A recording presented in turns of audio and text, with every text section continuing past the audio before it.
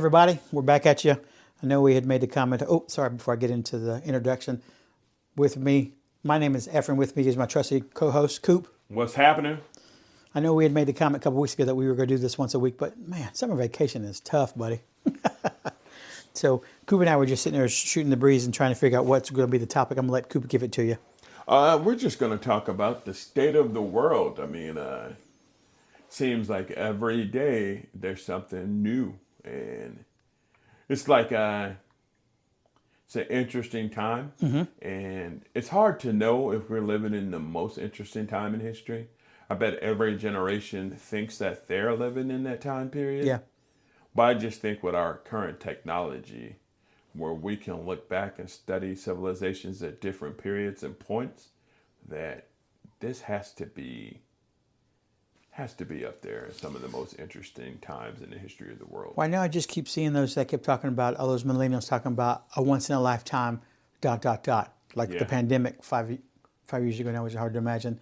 You know, that was a once in a lifetime thing. And now these once in a lifetime moments of the political climate or the climate, change or something that way. So it's hard to imagine that they're living in a once in a lifetime for the second time, whatever, Yeah, I mean, it's one of those things where it's like, how do you measure and judge history?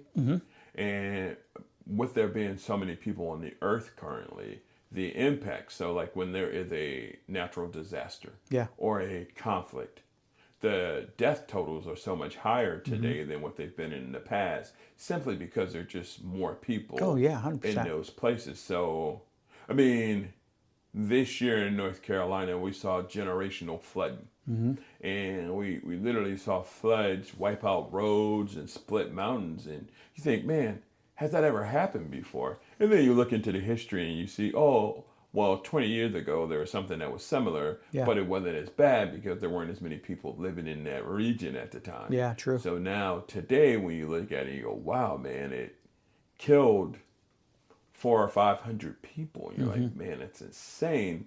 But it's simply because there's just more people here now. Yeah, it definitely is that. And I think it's just one of those things I think you hear, like we've mentioned many times, we just live in a 24-hour cycle that you hear more about it that way. And is it, I hate to say it this way, but is it bad because it's more impactful to say millions of people were affected by it, we need to rally around the cause to help make it better? Or do they just do it for their own benefit? Oh, yeah. Sometimes it's just like, because before they always had natural disasters, we just didn't hear about them as much. Yeah. And many people were affected because the population wasn't as great as it is now. But it does make it bad that it's unfortunate that it springs up, but then the moment they're okay and the time has passed, okay, well, they're fine, let's move on. But a lot of the portions are still recovering from that.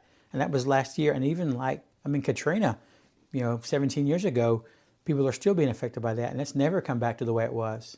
I mean, even when you think about things like Katrina, and I always think of Katrina and 9/11 as one chapter, but in those time periods, social media was still in its beginning. Oh, yeah. So today, when those natural disasters happen, you're not waiting for CNN or the Weather Channel to get there, because there are people who have their phones and technology who start recording it immediately. Yep. So then you get to see it firsthand, and then the destruction is viewed so differently. And I think the way people handle social media and the way we judge governmental response, because there's so much red tape. Oh, yeah. So I remember when this thing was going on in Carolina, people were like, oh, FEMA's been terrible with the response. And it's just like, well, I teach government. So I'm always like telling students like, hey, there's more to that story.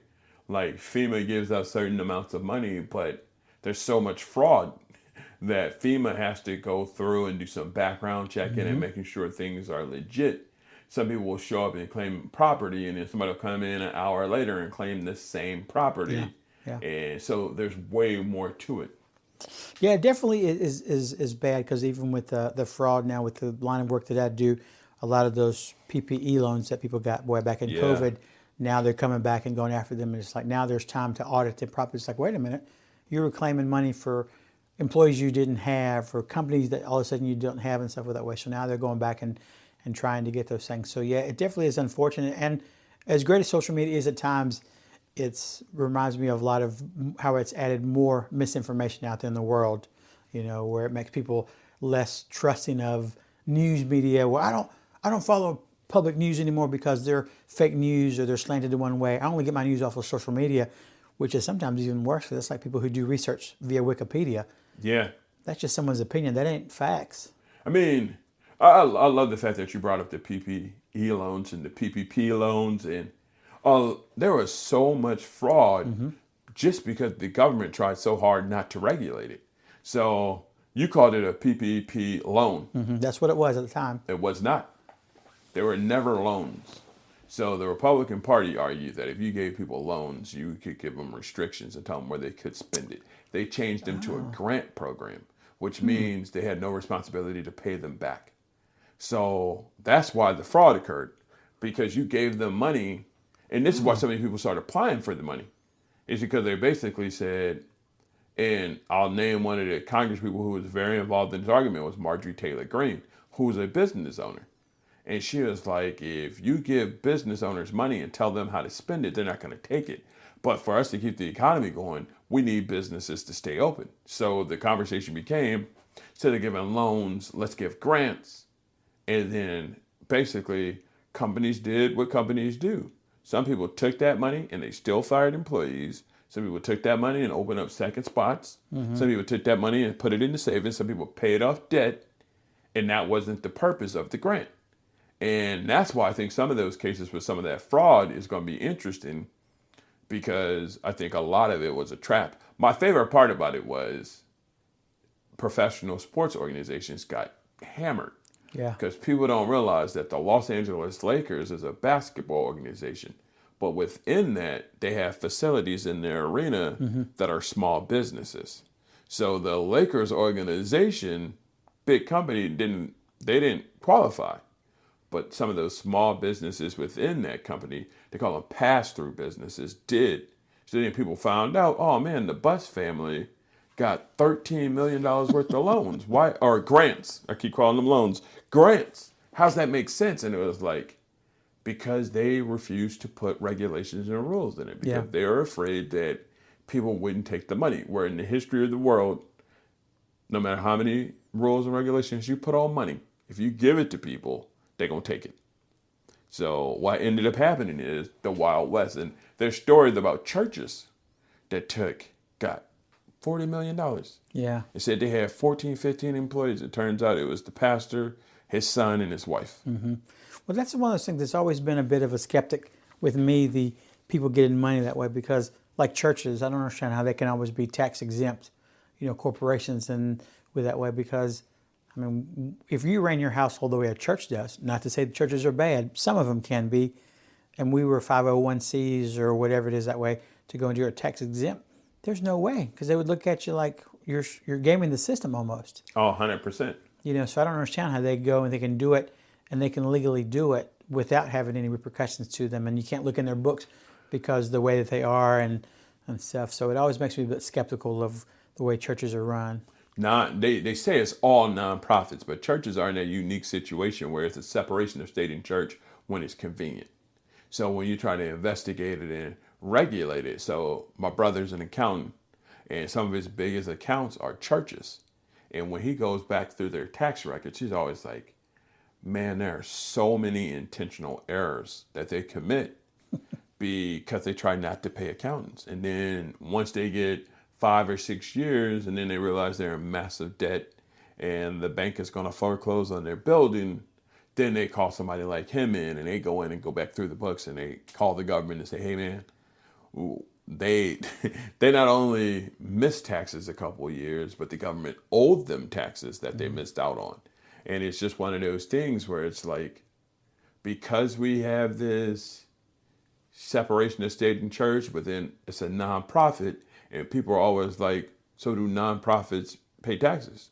Well, the organization might not, but if you have employees, you're paying income taxes. Yeah. And you still have to, even if you're a nonprofit company, if you make a purchase and you're tax exempt, you got to keep records of all that. Oh yeah, because you still got to pay taxes for your employees to be Social Security and everything else. You have to pay your employer portion, so you're still paying something that way. Yeah. And it's also weird, like so, like state of North Carolina, you nonprofits pay sales taxes, but at the end of the year they get it all refunded. Where if you're in a state like Illinois and you're tax exempt, every time you make a purchase, they just cut your sales tax right then. So, but if you're in North Carolina and you happen to go to South Carolina on a church trip, if the rules are different, then you have to apply those rules and then keep track of those receipts. Oh. So, becomes very, very interesting and difficult. And you would think at some point the federal government would get involved. This is like one of Trump's ideas this year was he promised to get rid of property taxes. Oh yeah. And I remember telling people the federal government can't do that. And they're like, why? I'm like, because property taxes are a local. I mean, so the federal government has the ability to render taxes. So they can tax you on pretty much anything they want to. Yeah. But the local government depends on property taxes for your fire department, for your streets, for your police department, and for schools. And I said, so when the state starts talking about cutting property taxes, the state is thinking locally we're going to increase sales taxes to replace that. But to get rid of property taxes altogether, there's currently 3 states that pay really low rates. The big one is Alaska. People always say, how does Alaska get away with it? Because Alaska, and I know people are going to be like, what? Alaska, because of their revenue, not revenue. So Alaska has the oil up there. Oh yeah. And they all get checks for the oil. So because of that, that's like a shared income for the whole state. So they're one of the only states to have a resource where, man, it's a term that I'm not using correctly, but yeah, so because they have so much oil up there and there's no private ownership of oil, the state owns it, they all get a cut. And then that's where they can keep their property taxes low because that oil revenue also pays for schools and other things. Yeah. Well, I can remember many years ago when like recreational marijuana was big on the bills and stuff, and like Colorado, I think was one state where they were talking about, let's do it. And once the state gets a certain dollar, revenue, we'll refund the money back to you and everything, and they weren't going to hit it. In like the first 5 or 6 months of the year when they made recreational marijuana legal, they made the tax value, and every resident was going to get like $5,000 or $10,000 back, and the state was like, whoa, hold on, we need to reevaluate this money that way. I'm just like, no, you promised if they passed it, this would be incentive to the residents of the state. And then when they realized how much of a cash cow it was, no, we got to keep this money. I'm just like, but you made the deal, honor the deal with what you made and stuff with that way. So it does make sense about. Every state does that though. So it's like lottery is the real one. So if you live in North Carolina versus Georgia. Lottery. So Georgia's state lottery system, since they introduced this, if you're a kid in the state of Georgia and you want to go to a public college or university, they're going to help you with your tuition through the lottery. North Carolina said, we're going to find a similar system. Instead of doing it for college, though, we're going to improve our schools. So what they did was they took all the lottery money and allocated it toward education. But what the legislature ended up doing was saying, we're going to take the money that was already there for education and move it to other areas. Mm-hmm. So instead of like improving the schools the way they should have, they've now, and the lottery, North Carolina lottery will have a commercial on about the improvements to schools. And people will be like, yeah, but what happened to the transportation budget? The lottery is still saying like every year we're breaking records for the amount of people playing the lottery. Mm-hmm. And we're sharing this money with the state. But the state has moved that money that was originally allocated for education to other places. So that was the one thing I always thought it was a racket, because it's like, where'd all this lottery money go? But then, just like you said, somebody told me that, well, yeah, if they're given $1 billion from the state and the lottery is garnering $500 million, instead of giving the school $1.5 billion, they were taking away the half million from the state budget, and like, well, the other side's going to get subsidized by tax money, so they were taking away the money they were given that way because they were offsetting that way. So they were just covering the money for the budget, not improvements on top of that way. So that's what makes me always a bit of a racket, because at this rate, we should have already had new schools built in every county by that, And right now it's happening with the gambling taxes. So they want to raise the taxes on online gambling already in the state. So they're already saying like we're making money, but so many people are doing it, we can be making more money. So we need to increase this taxes. But people keep saying, why do we still operate in the deficit if we're bringing all this money in? It's because, first of all, North Carolina did that thing where people are going to argue about it forever. They basically have a near zero business tax.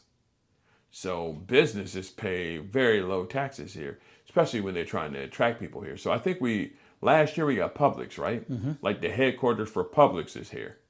And they attracted them here by saying, come to Greensboro, we'll have the infrastructure set for you and the taxes are so low. Mm-hmm. But the problem is they didn't bring a workforce with them and they didn't bring new jobs with them.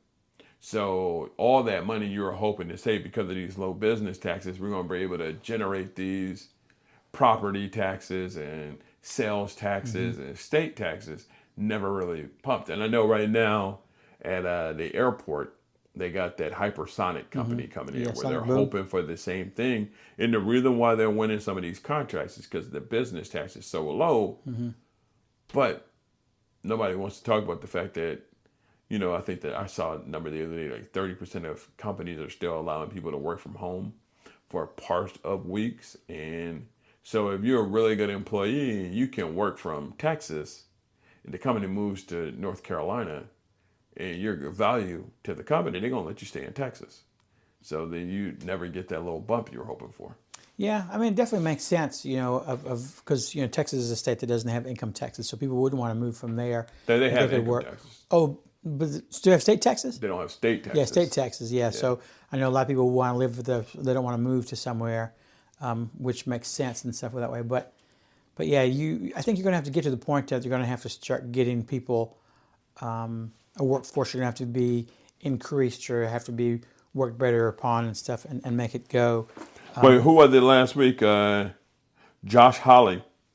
A representative from Kansas, right? Yeah, he came out and after years of the Democrats and Bernie in particular trying to increase the minimum wage, a couple weeks ago, Josh Hawley came out and was like, yeah, it's time to change the minimum wage to $15. And again, it's one of those things where some states have already made that shift. Yeah, I know Washington is a big state. State. Washington, California, and we're at a point now where it's like, because of our aggressive immigration policy, there's going to be a worker shortage. And it's like, how many people are going to be willing to go and pick fruit? And people are always like, why do people use the example of pick fruit? Well, the agriculture industry and the hospitality industry are industries where, low-skilled workers work. Yeah. And it's now like saying, like, all over this country, most states, and when I say most states, let me apologize to the Alabamas and Indianas. Not Indiana, because Indiana has tournaments for basketball and they have the NFL draft. But because of tourism, you need hotels. You need people to make beds and vacuum floors and work front desks. And I'm like, but you can't afford to pay those people $40,000 and $50,000 a year. That's definitely the one thing. Like last time I was up in Washington State last summer, I was at a retailer, and it was surprising to see normal everyday goods, dish detergent, deodorant, boxers were under lock and key.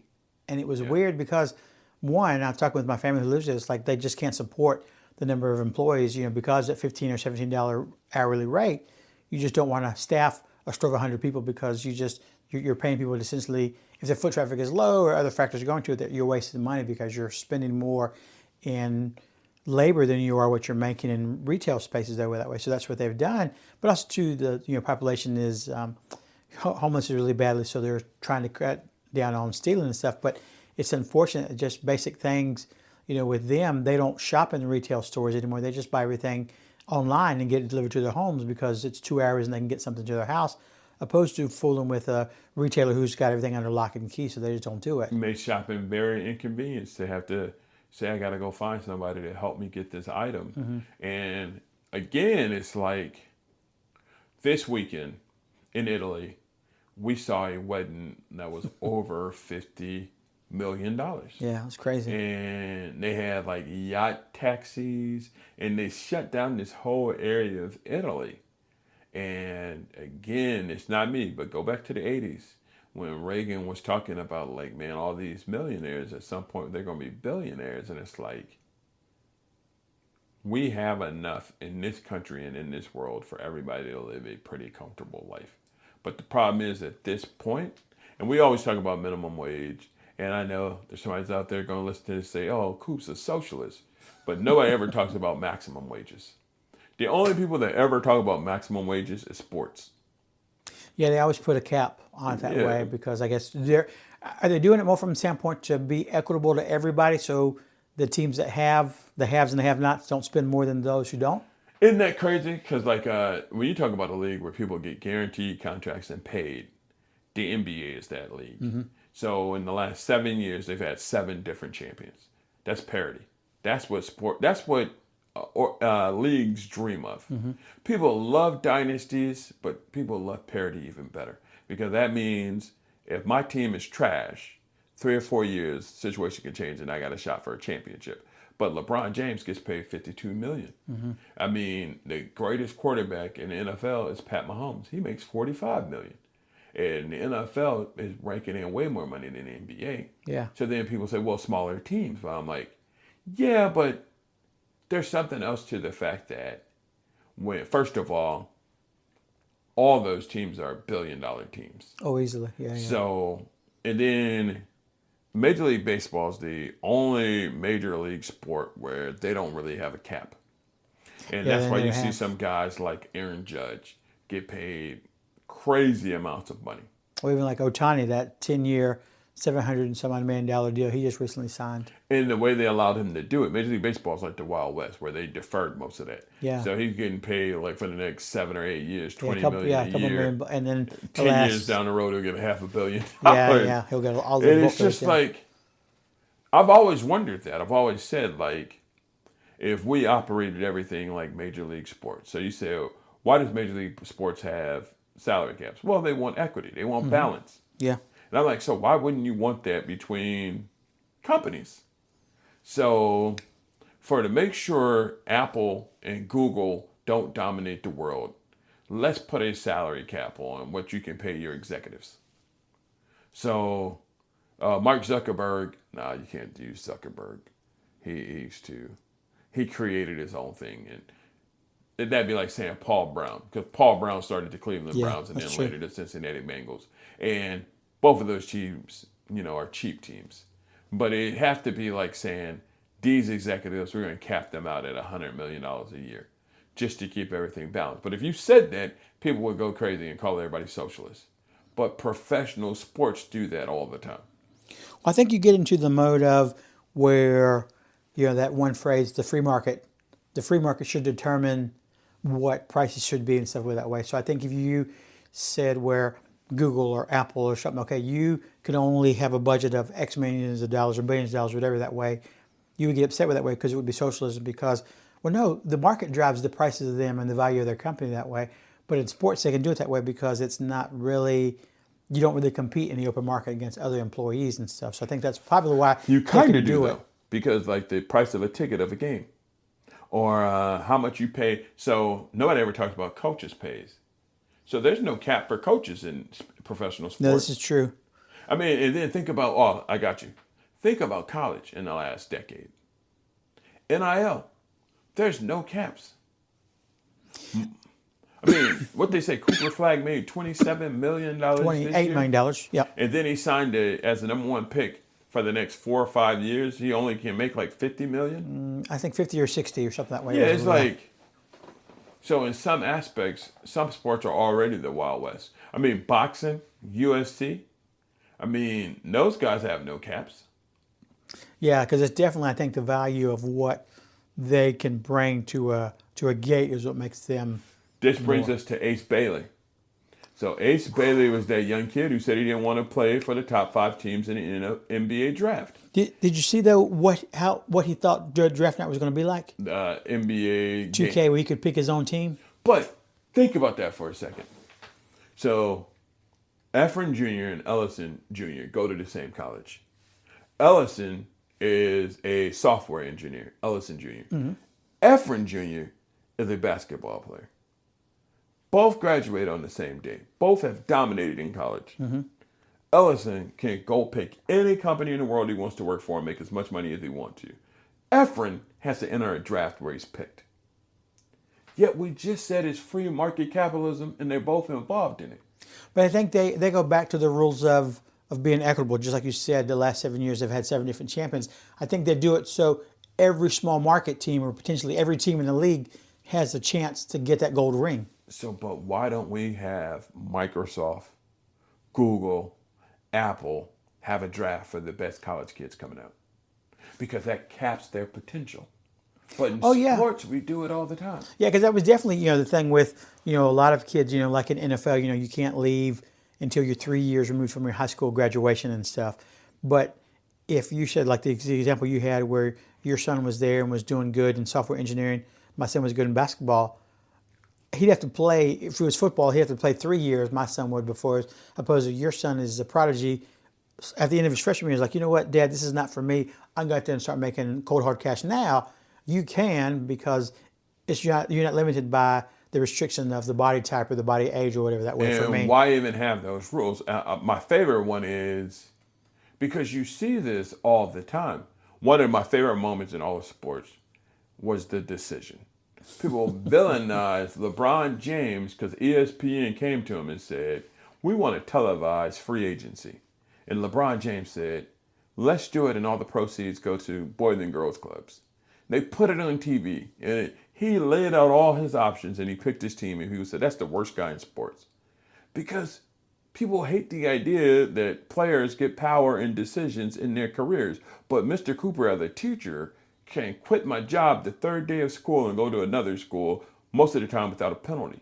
Well, I think that's the one thing that made the NIL and the transfer portal different in high school or in college, because a lot of the coaches, if they got fired and wanted to go get a better job, they could immediately go get another job. They didn't have to. And obviously, if they broke the rules and had show calls, some buyouts and something things that like way had to happen. But the kids in college, they couldn't leave because they had to sit out a year before they transferred to do something else that way. So they made, I think it was one of the easy things to make that change possible and stuff with that way. You remember what Bryce Harper did? Oh, yeah. He dropped out of high school, got his GED so he can start his clock earlier. And so he can get paid earlier. And again, it's just one of those things where I'm like, if my son is a prodigy in 7th grade and he creates an app, there is no rule preventing him from making money from that app as a 13-year-old. Oh, yeah. But on the other hand, I mean, now Europe is different in this, because if you're a European kid and you can play soccer, or a Brazilian kid and you can play soccer, Yeah, the they're amateur going to let you status go is to an different. academy Yeah, at like yeah, 12. yeah. And you know what? I just read an article recently about a 13 or 14-year-old girl playing professional soccer here. They just changed the rules. Oh, yeah, I did see where yeah. Yeah, so to me, I'm always like, I mean, I think the WNBA is going to have to, and college basketball is going to have to come up with this at some point too, because right now most people graduate. And with NIL, sadly, they're probably making more money in college than they make in the WNBA. Oh, yeah. I mean, that was like reportedly like Caitlin Clark, I think was $800,000 what she was making her final year at Iowa, opposed to the rookie league minimum, I think was like $80,000 or $90,000.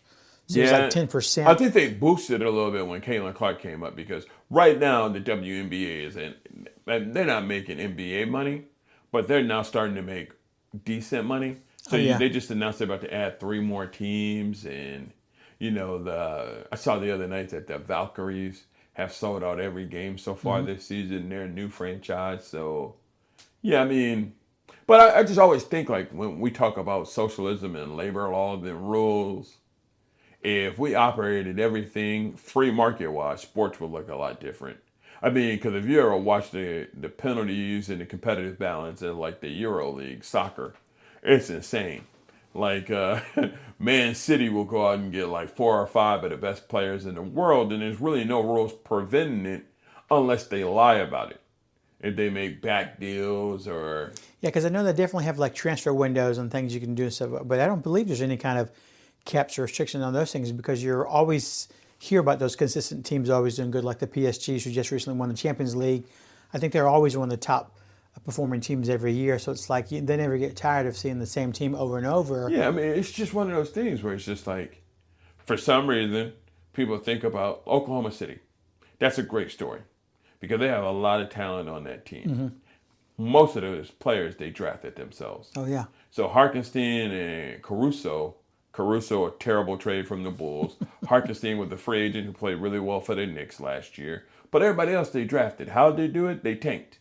They were bad for a couple years. They made some terrible trades where they got a whole bunch of draft picks, and they said, it's like 76ers with the process. Trust the process. And it's like in 10 years, we're going to be very competitive. And now you see that coming to completion. And it's like, man, could you imagine? And again, I understand there are small markets that would be at a disadvantage.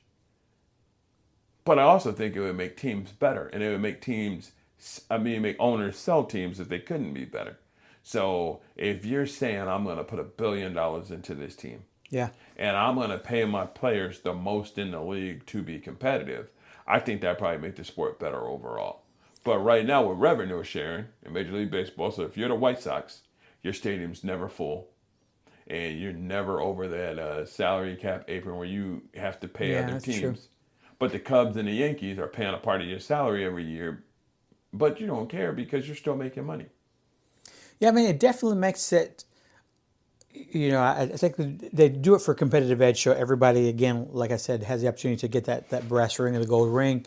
But it is interesting, when you hear talk about, I think I saw where something, it was like on average, by the time you hire an employee, get them trained, and they're only there for a year or two, it could cost a company like $20,000 to lose that employee if they only stay short term and stuff that way. But stop and think the amount of money that those leagues make, with the NFL and the NBA and NHL and baseball, what amount of money they waste, quote unquote, when they pick a bad, like a bad pick, like a Ryan Leaf or Anthony Bennett a couple years ago got drafted number 1 by Cleveland and didn't do anything. And even like DeAndre Ayton, who got drafted a couple years ago by Phoenix, really hasn't kind of materialized itself that way in the amount of money. So it's funny how businesses nowadays just like, well, we don't want to spend, we don't want to put time and effort into a new employee for them to only leave. So now we're out $40,000 or $50,000 because we took time and money and wasted it in that candidate. You didn't know they were going to leave. But it's funny how when you see, draftees get picked and are bust, okay, it's just money, it's no big deal. It's like, but it's still a business. If you were the owner, you'd be upset that you just wasted $30 million on a player that's going to be a bust. Both of those situations are probably the same thing, though. Two things are probably missing: research and development.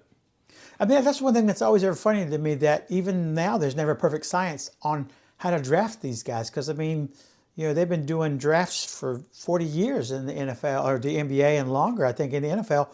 They don't ever get it right. You don't ever get somebody in the first pick. I bet you in the NBA especially, top 5 picks do much better than you think. I think they do well when they have a consistent long... Yeah, long-term plan. Yeah. I mean, the NBA is smart with things. In the NFL, with 2 years to franchise and the first-round pick, you get the fifth-year team option. So there are ways to retain your players. But I agree with what Brady said a couple of years ago. I think the NFL got it wrong when they started throwing guys in day one. So you don't get a chance to develop them. The best quarterback in football right now, I'd argue the best 2, Lamar, Pat Mahomes. Both of those guys didn't really play their first year. Yeah. Pat Mahomes, actually, they waited till the last game of the year, set Alex Smith down, let him play a whole game. And then the next year they started him. And Lamar Jackson had a similar path. But there are a lot of guys now who get drafted in that first or second round. They get thrown in, and they don't get a chance to develop. I'm a Bears fan. Caleb Williams. People are like, man, Caleb Williams had a bad year. I'm like, you do realize that man had 4 offensive coordinators in 1 year. After going to a college in USC and Oklahoma, where he had one coach, Lincoln Riley. And Lincoln Riley controlled the process. So when he was at Oklahoma, it was Lincoln Riley. Lincoln Riley left Oklahoma and went to USC. Caleb Williams went with him. Mm-hmm. So he had one voice for 3 years. And then in 12 weeks in the NFL, he had 4 different play callers. But also, too, I think that's the demand of the fans. The owners are trying to cater to, they want to put the best product they can out on the field, because if they're bad, fans aren't going to come, ticket gate's going to go down, merchandising all that way. There's a lot of factors that go into that way. And it's unfortunate they don't develop because, back in the day, I always laugh and think of Coach K, for as great as he was in his illustrious career at Duke. His first year, he was like 8-20 or something that way, or 4-20, whatever his record was. If he started coaching in the era now that we live in of the He what have loses you it. done for me lately, he would have lost his job. They wouldn't Yeah. have kept him that way. But he started off bad and then finally developed and did well and stuff with that way. And even just recently, somebody like Matt Doherty, who was with the Tar Heels, he was fantastic guy, coach of the year the first year, second year a little bit slide, third year they were like 8-20 or whatever their record was, and then ran him out of town. And it was just like, it's unfortunate that I think everybody's given a shorter leash on what you can and can't do. That you don't see the guys, okay, we're going to invest 5-10 years in him that way and develop him into a player. I mean, like Michael Jordan was drafted in '85. He was great, he was good earlier, but he didn't start championship level till they had a better team around him. The Scottie Pippins of the world and Horace Grant and those guys went that way. It took them 6 years to get past, the 6 or 7 years to get past the Pistons, and then he finally broke through and did what he needed to do. Nowadays, they wouldn't give you 7 years. They would be tired of you, and they would want to get you out of there. I don't know. SGA has been in Oklahoma City for about 5 years. So it still seems like there's some people doing it. And, I mean, what was it, Cates at NC State? Final Four last year, fired this year. Yeah, it's like, yeah, I agree. There are people. And I bet you in the workplace you see those same things where it's like the job I'm at currently at Noble, my first 2 years here. My first year I had a mentor teacher who you have to meet with, and you have to go in and, you talk ideas and you get coached. And it's a process you go through. And you can't be on any committees your first 2 years, so you really get to learn how Noble works and the process. And I just wonder how many companies are still doing programs like that. Or are they so needy and they have such a burnout culture, they just throw you into the fire. I always watch those old movies like The Devil Wears Prada and think like how unhealthy that movie was. But a lot of people like that movie because it's relatable no matter what the field was, because in some places they're going to give you that high salary and get you in and then give you unrealistic demands. And then when you either burn out or crash out, I mean, they're shocked. But at no point does somebody just sit down and say, hey, this is a process. Let's take this process slow. Like the first year, we're not even going to keep these numbers. We're not going to judge you against anybody else. We're just going to let you set your own pace. Yeah. But right now, it's like everybody has to do it at the exact same pace in the exact same way. And then we see a whole generation of people burn out. Every article you read about this current generation, the young people, is they don't stay in jobs very long at all. But though, a lot of it, though, is it because, and this is going to sound slanderous, so I apologize, is it because the moment they face any bit of adversity, they don't know how to handle it, so they just cut tail and run? Yep. Or they've been able to suggest ideas their whole lives. So can we try it this way? And then they get an old school boss who's like, no, of course not. This is the way we've been doing it since I've been here for 40 years. So then they leave because they've grown up with gig economies and influencers. So, or startups. So I went and worked at your company for 3 months and I saw that you were doing it all wrong.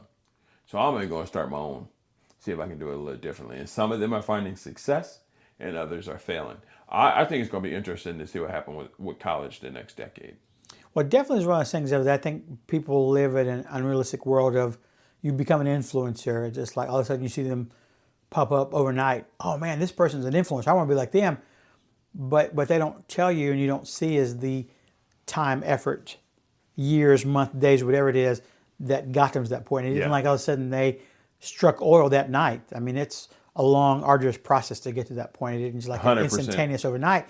But I think kids nowadays, or people nowadays, I shouldn't even say kids, people nowadays, they see hey, I want to be famous like them. What am I going to do? Well, you can't just be a flash in the pan. It's a long process to get to where they are. Wait, the article in the Times this week about a dude who started a startup, he's 28, he's already a multi-millionaire. He said the difference is those people on social media and those influencers who are good at what they do find their purpose early.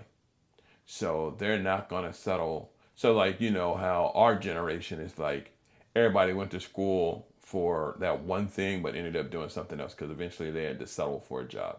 He is saying this next generation, they're not going to settle because they've gotten so good at what they think they were built to do that they're going to continue to pursue it.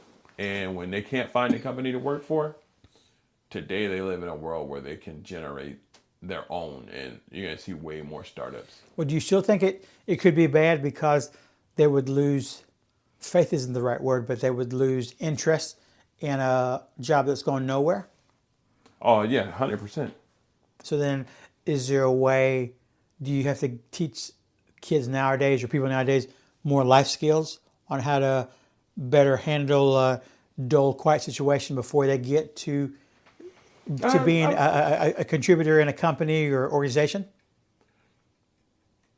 I think that we're going to see a lot more failing companies from young people. So I tried this company and we crashed. So I have another friend who we're going to make some adjustments and try again. And I think we're going to see a whole bunch of trial and errors. But it's probably the same thing we saw with apps in the early 2000s. I mean, even in the dot-com boom, people don't talk about that enough, how a lot of those early companies failed. I mean, Apple. I mean, the original Macintosh. I mean, Steve Jobs had that big vision, had the phone and everything lined up, and he lost investors. Those venture capitalists pulled their way and said, this doesn't Well, I work. can remember being in school, and that's all we had were Macintosh computers, and like, man, this is going to take off. And then when I got into high school, it's like they had gone away. Everybody was all on PCs and computing, and the Mac were still around, but you just didn't hear them as much as they were, and stuff that way. So it did take them a while to get through the process of where they became a big company or well-known company or one of the tech giants in the world. Only Al Gore knew. I remember Al Gore was like one of the people who invested and stayed in it. Yeah. And it's one of those things where it's like, and maybe it is the Zuckerberg and the Jobs and the Bill Gates and the guys who took chances on themselves. And in Gates' situation, he had parents who invested a lot of money into him and stuck with him. And now they rule the world. So maybe we see and look at the influencers, but maybe they're also looking at Jobs and Yeah, I saw where, I forget who the guy's name was, but it was a funny little meme. The guy was like, he was one of the initial investors in Apple. He gave like $800 million or $800, and he just didn't think it was going to go anywhere. So he asked for the money back. He took it out. If he had stayed in his $800 would equate to like $430 billion or something that way. Some yeah. crazy amount of money. If he had stayed in the program, he just didn't stay there long enough with that way. And again, I just think they just don't give you that, that lead time anymore like you used to back in the day. I mean, I think all of it is risk, right? And it's like when you see the energy of a young person with an idea, no matter how good or bad it is, you want to feed that, right? Oh, you yeah. want them to stay passionate about it. You want to help cultivate that thing. And as a teacher, when I'm in a classroom, I'm trying to feed that all the time. But then at the same time, you also have to teach them perseverance. So what happens when you go meet with an investor and you tell them your idea and they say, that's a terrible idea. How do you get on the phone or send an email to the next guy and try to sell that idea again after you've been rejected 400 times? And it's like, yeah, that's the part that takes the endurance. But if your passion is like an eternal flame and you have that thing. Yeah. So I'm always wondering if we still have great ideas left. And I'm like, 100%. I mean, look at Ozempic. I mean, I don't know how long it took them to develop it, but they're literally changing the shape of the world. And again, it's like, who had that idea originally and said, hey, I don't know if the FDA is ever going to approve of this. And they're like, well, let's keep making some adjustments to it. I always think about the young lady who went to jail. Remember, she had the thing where she was going to be able to, she had a crazy idea where you could go to Walgreens or somewhere and take a blood test. And, Oh, yeah. Man, I can't think of the name of the company. But, I mean, it's a great idea. The problem is she couldn't get it to work. Now, there are goals.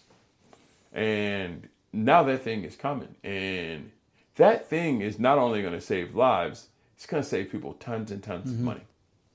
Because instead of going to your primary care physician because you feel unwell and going to get tested and being charged thousands of dollars for testing and then come back and say, you got a cold, there's going to be a preliminary one where you can go to a local pharmacy, prick your finger, they're going to be able to say, you have the flu. I mean, it's definitely one of the things I think of giving you trial and error of flushing ideas out there. But I think because people want an instantaneous cause and effect, you want to come up with an idea, put it out in the world, and be celebrated, be praised for it that way. Okay, cool, let's make money. but again, it's not an overnight success. I mean, Yeah. unless you get something crazy like, I can remember laughing. You never heard about Zoom, and then all of a sudden the pandemic happens, and it's a biggest company ever in the last 5 years because of what happened with the pandemic, and now they're a sustained company and stuff that way. So it's funny how stuff just springs up because they were preparing for it to happen, and once it does, they already had those plans in place and they're already doing Did you ever something. wonder what happened to Skype? Because before yeah. Zoom, Skype tried that exact same thing, and then Zoom was supposed to be more of a business thing. But during the pandemic, I remember as a teacher, we used Zoom, and people were like, doesn't Microsoft offer the same thing? And I'm like, yeah, but Zoom just seems to be a little easier. And people were still using Zoom. So Oh yeah. Well, I remember I'm gonna date myself, but remember Netscape? yeah. Oh man, this is like the best browser ever, and it came and went like nothing. Now they don't use Netscape, and it's gone away and stuff. Even Safari, as much as it is on the Mac, they just don't do it. It's like Chrome and Edge, and Chrome got so dominant that Edge now is pretty much built on the same platform that Chrome has. It's just coded differently by Microsoft. Yeah, I never But understood that. Like how Microsoft, how does Microsoft continue to exist? This is like IBM.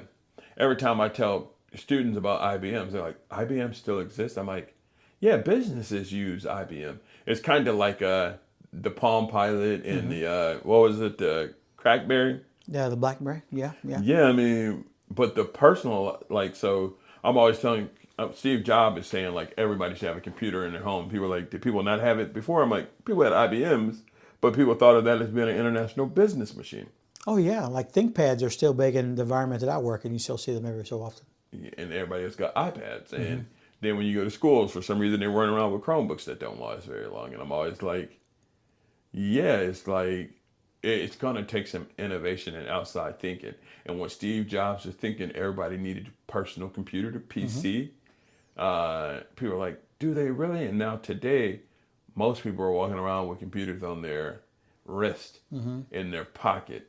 And you really can't get away from them. In fact, people pay millions and thousands of dollars to go on retreats where they just get away from them. Yeah, that's why I remember laughing being in school where a math teacher would be like, okay, guys, we're going to show you the long way to do this that way. And thinking, this is so crazy. All right, let's show you with a calculator. And it's like, why would I ever do this the long way? Well, there's going to be a day and time when you won't have a calculator with you. You won't be able to do these mathematic computations because you won't have it. And now you're right. It's with you in your pocket every day.